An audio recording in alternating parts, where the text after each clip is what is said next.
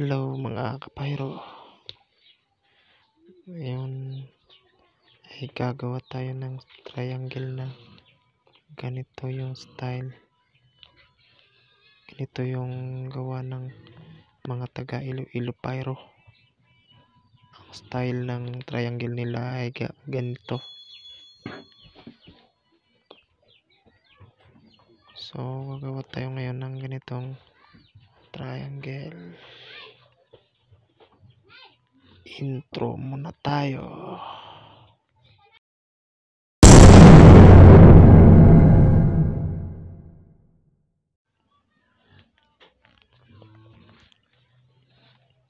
Umpisahan na natin ang paggawa.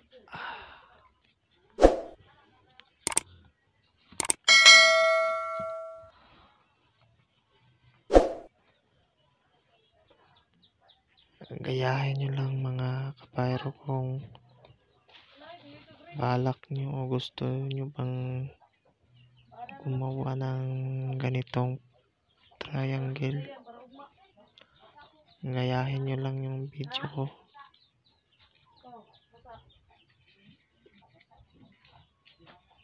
Pagtupi ko dyan, sundan nyo lang kung paano yung tamang pagtupi ng papel.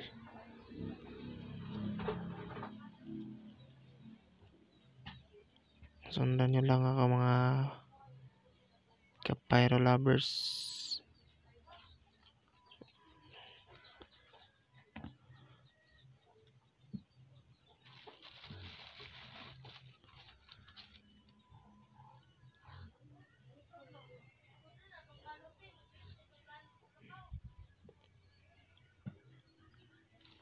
Ang pandikit na gamit ko dyan ay tinunaw na harina at niluto ko yun na parang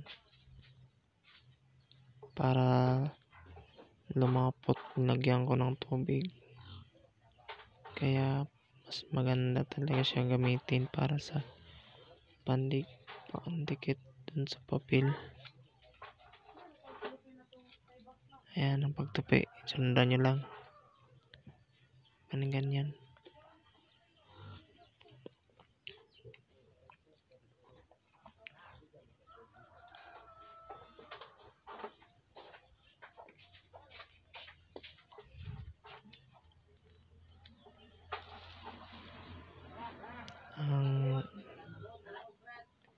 Ang ratio ng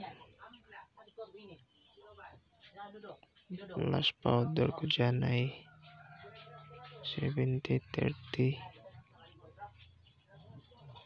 Hindi na ako naglalagay ng sulfur.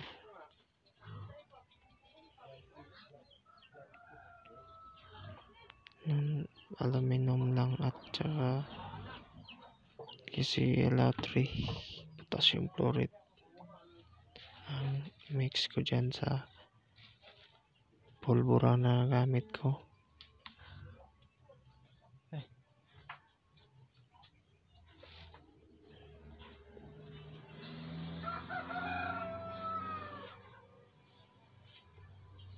Pero kung nasa sa inyo na yan kung maglalagay pa kayo ng sulfur kapag gumawa kayo ng pulbura o magmix kayo, nasa sa inyo na yan kung maglalagay kayo o hindi.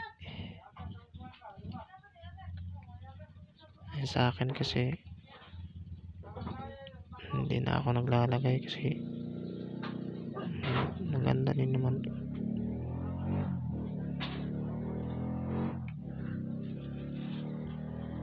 Pero sabi sa akin ng mga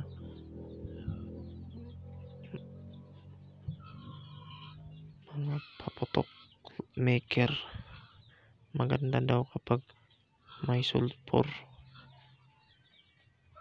Maganda din naman kapag walang sulfur sa akin kasi di ako naglalagay ng sulfur eh.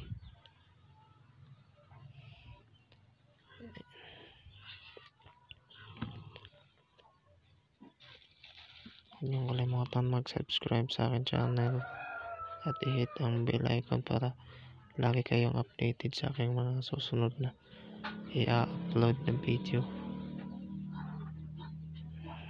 Stay safe mga kapayro.